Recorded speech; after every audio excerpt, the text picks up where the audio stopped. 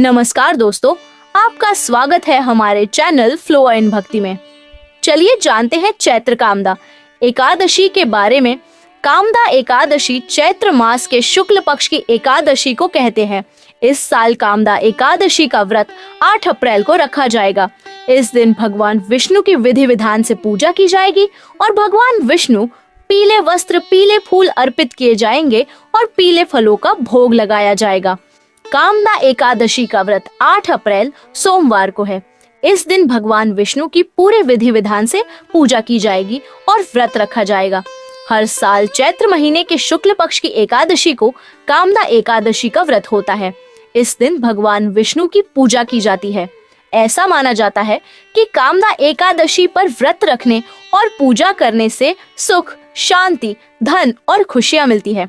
मान्यता है कि कामदा एकादशी का व्रत करने वालों को फल के रूप में भगवान श्री हरि सभी मनोकामनाएं पूर्ण करते हैं।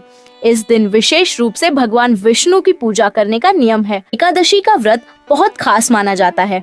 ऐसी मान्यता है कि इस व्रत को करने से व्रती के सारे पाप धुल जाते हैं और साथ ही सभी इच्छाएं पूरी होती हैं और जीवन में सुख समृद्धि आती है। इस दिन भगवान विष्णु की पूजा विधि विधान से की जाती है और कई लोग श्रीहरि को खुश करने के लिए कई उपाय भी करते हैं। इस दिन भगवान विष्णु के मंत्रों का जप करने का खास महत्व बताया गया है। कामदा एकादशी पर दान पुण्य का महत्व भी शास्त्रों में बहुत खास बताया गया है। इस दिन अगर कोई व्यक्ति सच्चे दिल से कुछ चीजें दान करता है तो भगवान विष्णु उसकी इच्छा पूरी कर सकते हैं। ऐसा माना जाता है कि दान करने से भगवान विष्णु प्रसन्न होते हैं और भक्तों को मनचाहा फल देते हैं। आइए सुनते हैं कामदा एकादशी की व्रत कथा। कामदा एकादशी का व्रत चैत्र मास की शुक्ल पक्ष की एकादशी तिथि के दिन रखा जाता है। बाकी एकादशी की तरह ही यह एकादशी भी परम पुण्यमी बताई गई है। कामदा एकादशी का व्रत करने से और पद्म पुराण में वर्णित इसकी कथा का पाठ करने और सुनने से वाजपेय यज्ञ का फल मिलता है। वशिष्ठ जी बोले, राजन, चैत्र शुक्ल पक्ष में कामदा नाम की एकादशी होती है। वह परम पुण्यमयी है। पाप रूपी ईंधन के लिए तो वह दावानल ही है। प्राचीन काल की बात है। नागपुर नाम का एक सुंदर नगर था जहाँ सोने के महल बने हुए थे। उस नगर में पुंडरीक आदि महाभयंकर नाग निवास करते थे। पुंडरीक नाम का नाग उन दिनों वहाँ राज्य करता था। गंधर्व, किन्नर और अप्सरा भी उस नगरी का सेवन करती थीं। वहाँ एक श्रेष्ठ अप्सरा थी जिसका नाम ललिता था। उसके साथ ललित नाम वाला गंधर्व भी था। वे दोनों पति पत्नी के रूप में रहते थे। दोनों ही परस्पर काम से पीड़ित रहा करते थे। ललिता के हृदय में सदा पति की हो मूर्ति बसी रहती थी और ललित के हृदय में सुंदरी ललिता का नित्य निवास था। एक दिन की बात है, नागराज पुंडरीक राजसभा में बैठकर मनोरंजन कर रहा था। उस समय ललित का गान हो रहा था, किंतु उसके साथ उसकी प्यारी ललिता नहीं थी। गाते गाते उसे ललिता का स्मरण हो आया, अतः उसके पैरों की गति रुक गई और जीभ लड़खड़ाने लगी। नागों में श्रेष्ठ ककरकोटक को ललित के मन का संताप झात हो गया, अतः उसने राजा पुंडरीक को पैरों की गति रुकने एवं गान में त्रुटि होने की बात बता दी। करकोटक की बात सुनकर नागराज पुंडरीक की आंखें क्रोध से लाल हो गई। उसने गाते हुए कामातुर ललित को शाप दिया, दुर्बुद्धे, तू मेरे सामने गान करते समय भी पली के वशीभूत हो गया, इसलिए राक्षस हो जा। महाराज पुंडरीक के इतना कहते ही वह गंधर्व राक्षस हो गया। भयंकर मुख, विकराल आंखें और देखने मात्र से भय उपजाने वाला रूप, ऐसा राक्षस होकर वह कर्म का फल भोगने लगा। ललिता अपने पति को विकराल आकृति देख मन ही मन बहुत चिंतित हुई। भारी दुख से कष्ट पाने लगी। सोचने लगी, क्या करूं, कहाँ जाऊं, मेरे पति पाप से काष्ट पा रहे हैं।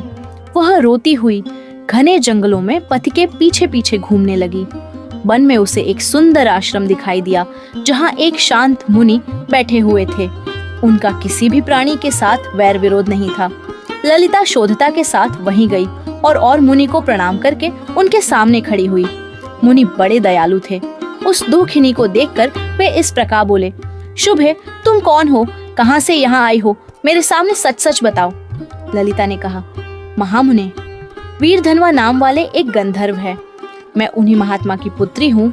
मेरा नाम ललिता है। मेरे स्वामी अपने पाप दोष के कारण राक्षसा हो गए हैं। उनकी यह अवस्था देखकर मुझे चैन नहीं है। ब्रह्मण, इस समय मेरा जो कर्तव्य हो वह बताइए। विप्रवर, जिस पुण्य के द्वारा मेरे पति राक्षस भाव से छुटकारा पा जाए उसका उपदेश कीजिए। ऋषि बोले, भद्रे, इस समय चैत्र मास के शुक्ल पक्ष की कामदा नामक एकादशी तिथि है, जो सब पापों को हरने वाली और उत्तम है। तुम उसी का विधि पूर्वक व्रत करो और इस व्रत का जो पुण्य हो उसे अपने स्वामी को दे डालो। पुण्य देने पर क्षण भर में ही उसके शाप का दोष दूर हो जाएगा। राजन, मुनि का यह वचन सुनकर ललिता को बड़ा हर्ष हुआ।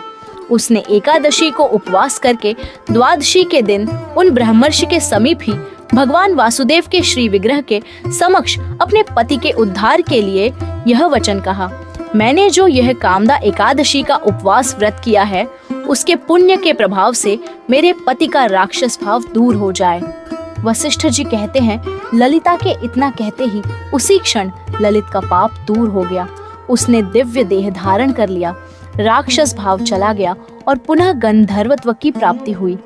नृपश्रेष्ठ, वे दोनों पति पत्नी कामदा के प्रभाव से पहले की अपेक्षा भी अधिक सुंदर रूप धारण करके विमान पर आरूढ़ हो अत्यंत शोभा पाने लगे।